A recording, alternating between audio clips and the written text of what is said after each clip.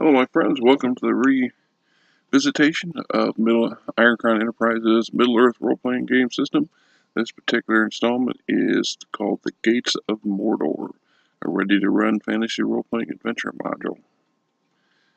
I find it interesting that over time they have modified or changed that from ready-to-run adventure modules to some of those other earlier ones. Player aids and campaign modules and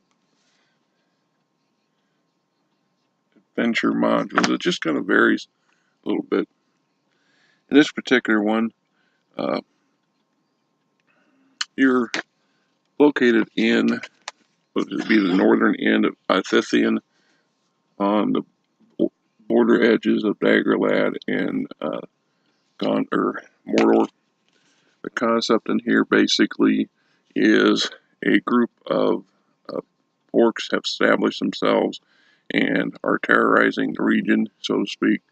The Gondorian authorities are stretched thin. The plague's still only a few years in the past, and a lot of their assets and stuff they just don't have the muscle and the power to go in and clean out the problem or to with an area which they consider to be a frontier area.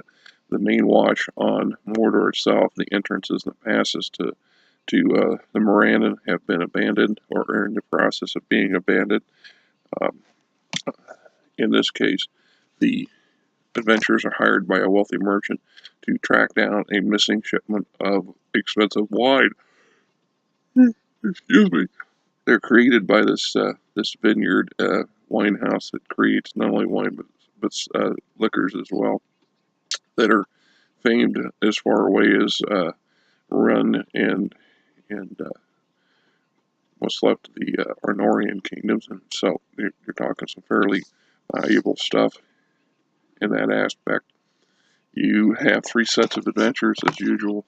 The first adventure is tracking down the missing wine, and you go to the source and discover that the manor house and the vineyard has been destroyed, put to the torch.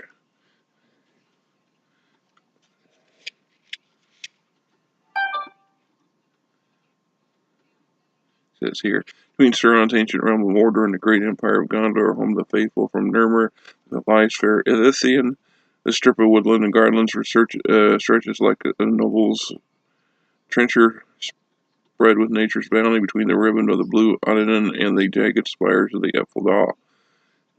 The Atilia, blah blah. In the northern reaches of the mountains of shadow, a stream is born from the snow of high hopes. On its high slopes, its waters are cold, impelled by height, rushes down, blah blah blah. It actually runs through the area where, ooh, I'm sure if I looked it up I could tell you, but I can never pronounce these words. It's not in the way that it should. Hinneth Onan, or the Window of the West. This is the hidden cave or grotto that Framirier and his band of rangers used to hide and operate while harassing the Dark Lord's forces as they're mustering. This is where he captures Sam and Frodo and Gollum, and so we have a general idea of the vicinity of where this is located. This particular family runs this estate, if you will, that produces these expensive wines. Oh, I hate the yawns. I can't help it. Then we go on about the NPCs. The mixture, the northern Ithithian are settled by a mixture of Dinadane and Lesser Dinadane. Northmen are rural men. Those settlements are close by the river, where the more fertile pasture lands have many good spots for fishing. For the east, blah blah. We got some of these NPCs will be assistants. Some of them are part of a small bandit group that the Gondorian authorities keep confusing they think the orc attacks are based on these bandits, because these particular bandits have gotten really good at making their attacks look like orcs did it. And then you have to deal with them as well. The layouts of Mal Marlandian and Ordiath Aluth. This is the the estate. Gives you the vicinity, the vineyards, the dam, the villa, the gardens, the long bridge. Ooh, crap. These pictures of the estate and the vicinity around the estate. Of course, like I said, the estate for the most part has been sacked. Parts of it's been burned. The residents have been put to the torch or ran away. The task is this adventurers discover the reason for the delay in the supplies of wine and ales to French elder wine merchant. The reason is, as been noted, is that the manor, Herr Merlini and all of his family and workers have been slaughtered by the orcs of the Green Claw. In the process of discovering this, the player characters have also a chance to meet one or two groups of the orcs themselves, also some bandits also operating in the area. So, pretty straightforward adventure.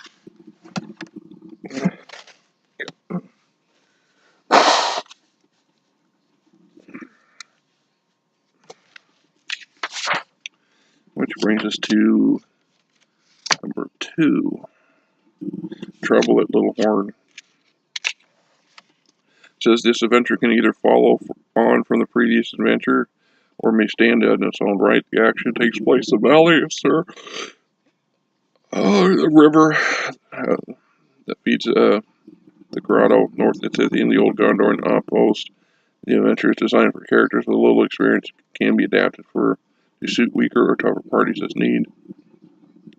The tale of Buried Paris, or the Little Horn Towers, located lower slopes.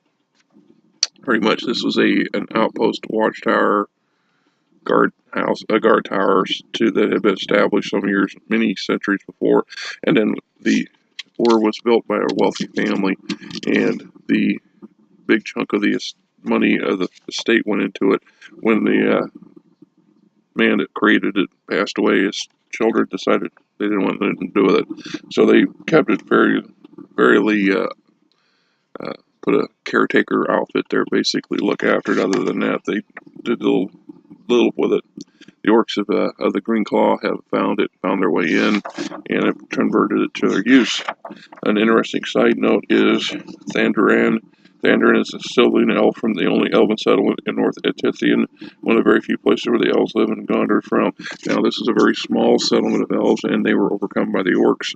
He's a sole survivor, and he's now looking for revenge, and that's why he's willing to pair up with the group, which in and of itself is a good segue or story to give you for those players who want to play an elf character and have to kind of somewhat justify why they're hanging out with humans, especially in Middle Earth. Middle Earth, it's not common to see elves adventuring and wandering the world in the company of a human group, or dwarves for that matter. I'm just saying. But it's good to have some motivation for it. You can use the cliche fallback that without looking to have some entertainment or whatever, but it's kind of better to have some good stuff. And then the layout of the place, the bad guys, the half-troll wizard that's in charge. Here's a picture of the particular tower. Your job would be to see what the task says. The adventure can either follow up its previous adventure, involves the discovery and the elimination of the nest of orcs hiding in the old tower. Depending on the strength of your player's party, you can increase or decrease the toughness of the adventure, giving them more or less opponents to fight. The adventure can be motivated by desire for revenge or out of simple hatred for the orc. Isn't that racism? Isn't that racism, as we've been discussing it quite heavily on the Brigade channel and associate channels lately? Racism in gaming. You can't have it without it. It is what it is. It's okay to hate on the humanoids, right? Because they're not people. Or are they? Are they people? Are they not people? They're evil people, no questions there, for the most part. The adventure can also be motivated by desire out of revenge or sinful hatred, also because someone dear to the characters or someone else who hires them has held captive in the tower, or by the hope of loot from the orc slayer. All pretty straightforward. And then Goes through the age, starting to carry obstacles, rewards, encounters, preliminary encounters, specific encounters, blah, blah, blah. Brings us to the third one, which is the Gates of Mordor, where the outer fences of the dark Shadow Mountains meet the Ashy Mountains, lies the plain of Udin, great gateway to Mordor, a gigantic staging area. Udin is a crater-like plateau, blah, blah, blah.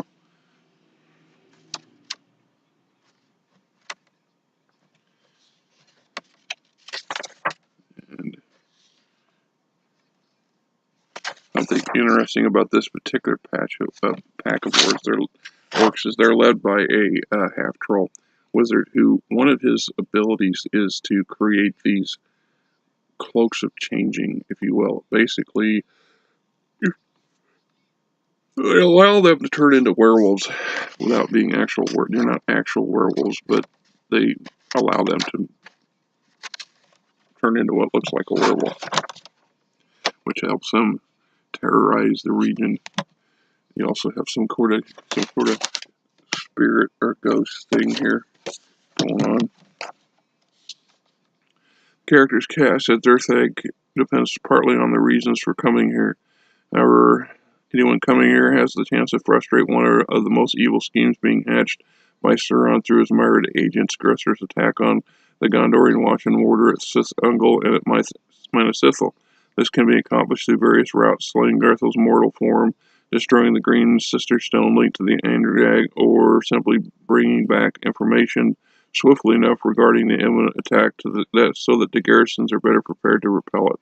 Slaying the foe Kalash would also be a benefit of as his leadership and the presence of the tribal totem are most important to Skarha's morale in battle, and hence their effectiveness, since this is the Skarha orcs, the Green Claw. So you can wipe out the half-troll sorcerer. You could set back the plans quite a bit. That's my understanding. Rewards, aids.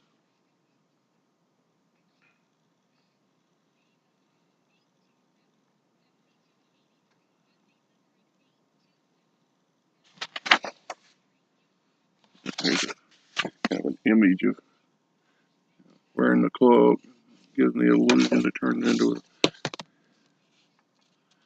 So imagine the magic cloak themselves might be. There's a picture of that half troll, half orc, I guess. They never specify when they say half something. Makes you wonder sometimes. I guess it depends. Traditionally, half is usually something and half human. Not always, but sometimes. Because you don't see a whole lot of half orc, half elves. You would think you would, but you don't. You don't definitely see a half orc, half troll, or half orc, half dwarf, right? You don't see a dwarf elf, elf dwarf, an elvish dwarf, dwarfish elf. The thing. Anyway, not a bad set of adventures. Kind of straightforward. The setting lends itself to a number of the other source books that you can actually run a campaign in and around the Gates of Mordor, for example, using about 5 or 6 of the adventures and source books, because they all interlink. That's one of the advantages of Middle Earth and its systems, is they're designed to overlap or to connect, so there's connectivity. It's plausible to actually run adventures way up in Arnor that lead here, and vice versa. Just a little bit of creative connection. Not tough to do. So, Gates and Mordor.